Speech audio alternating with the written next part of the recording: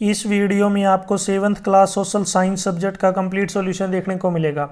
यदि आपको और भी सब्जेक्ट की वीडियो देखनी है तो मेरे YouTube channel MS education TV के ऊपर जाके देख सकते हैं। यदि आपको PDF डाउनलोड करनी है तो नीचे कोने में वेबसाइट दी हुई है, इस वेबसाइट से जाके आप डाउनलोड कर सकते हैं। सबसे पहले देखिए निर्देश। सभी प्रश्न अनिवार्य हैं। प्रश्न 1 से 10 प्रत्येक 1 अंक का है। प्रश्न 11 से 13 प्रत्येक 2 अंक का है। प्रश्न 14 से 16 प्रत्येक 3 अंक का है। प्रश्न 17 से 19 प्रत्येक 5 अंक का है। फर्स्ट क्वेश्चन, चाप झील कहाँ पाई जाती है? नदी घाटी, ऑप्शन बी राइट। क्वेश्चन 2, इनमें से कौन सा मानव निर्मित पर्यावरण है? सड़क, ऑप्शन सी राइट। क्वेश्चन 3, राजा हर्षवर्धन के दरबारी कवि कौन थे? Banabhatta, option B right. Question 4, Kanchi के कैलाशनाथ मंदिर का निर्माण किसने करवाया था? पल्लव ने, ऑप्शन बी राइट। क्वेश्चन 5, किसने देश से लैंगिक आधार पर भेदभाव खत्म किया? संविधान ने, ऑप्शन सी राइट। क्वेश्चन 6, महान कवि भारवी विक्रमादित्य के दरबारी कवि थे। ये क्या हो गया? स्टेटमेंट क्या है? गलत है।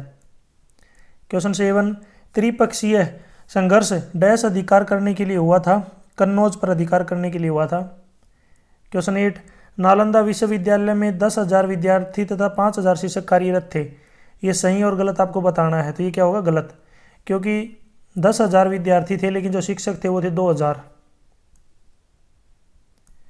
क्वेश्चन 9, पृथ्वी के आयतन का केवल डैश प्रतिशत हिस्सा ही जो है परपट्टी है? 1%। क्वेश्चन 10, 7वीं शताब्दी में तिब्बत के शासक नारदेव थे। ये क्या है? गलत, क्योंकि उस समय जो तिब्बत के शासक थे सोंगतसेन गाम्पो। इसका राइट आंसर होगा।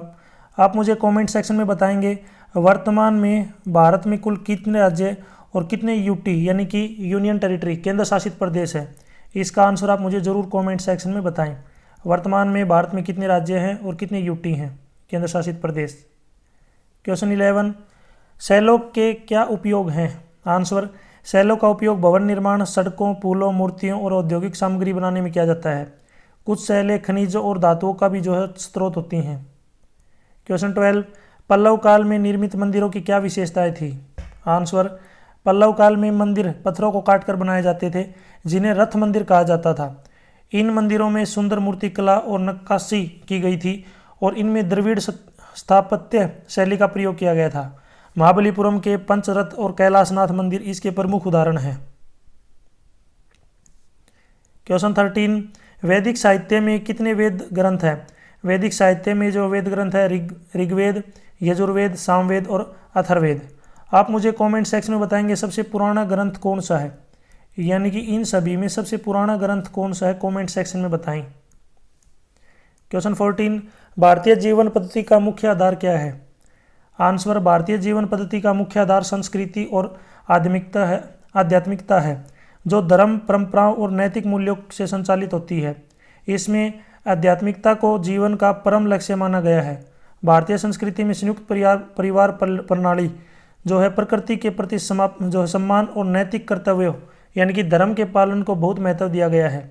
यही विशेषताएं भारतीय जीवन पद्धति को विशिष्ट बनाती हैं।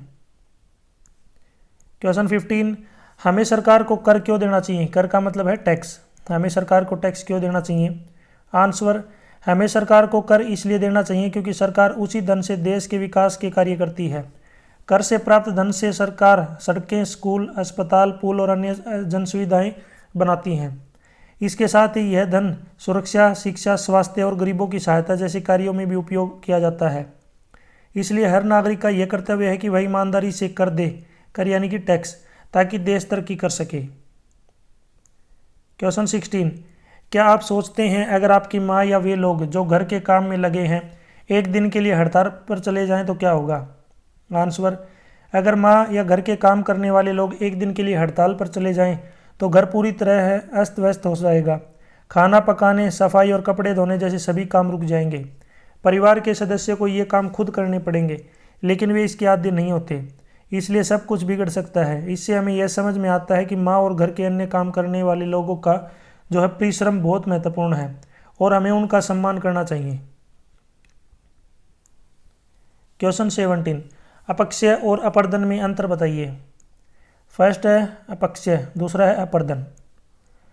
अपक्षय यह वह प्रक्रिया है जिसमें चट्टानें अपने स्थान पर ही तापमान, वर्षा, हवा और जैविक क्रियाओं के प्रभाव से टूट फूट जाती हैं। अपर्दन वह प्रक्रिया है जिसमें जल, पवन, हिमनद या समुद्री लहरें इन टूटे हुए कणों को एक स्थान से दूसरे स्थान पर ले जाकर भूमि को काटती और घिसती हैं। अपक्षय स्थानीय प्रक्रिया है जो चट्टानों को उनके स्थान पर ही प्रभावित करती है। अपर्दन गतिशील प्रक्रिया है जो पदार्थों को एक स्थान से दूसरे स्थान तक ले जाती है। अपक्षय मुख्य रूप से तापमान में परिवर्तन, वर्षा, पादप मूल जीव जंतु आदि के कारण होता है। अपर्दन नदियों, हवाओं, हिमनदों और समुद्री लहरों के द्वारा होता है। अपक्षय से चट्टानें टूटकर रेत, मिट्टी या छोटे टुकड़ों में बदल जाती हैं। अपर्दन से पृथ्वी की सतह पर नए स्थल रूप जैसे घाटियां, नदी तट, बालू के टीले और पर्वतीय कटाव बनते हैं। क्वेश्चन 18, पवन किसे कहते हैं? इसे कितने प्रकार में विभाजित किया जाता है? आंसर, जब वायु एक स्थान से दूसरे स्थान की ओर वायु दाब के अंतर के कारण चलती है तो इसे पवन कहते हैं। पवन पृथ्वी के वायुमंडल का एक महत्वपूर्ण भाग है जो तापमान, नमी और जलवायु को संतुलित रखती है। नेक्स्ट है, पवन को 3 मुख्य प्रकारों में विभाजित किया जाता है। फर्स्ट है स्थायी पवनें।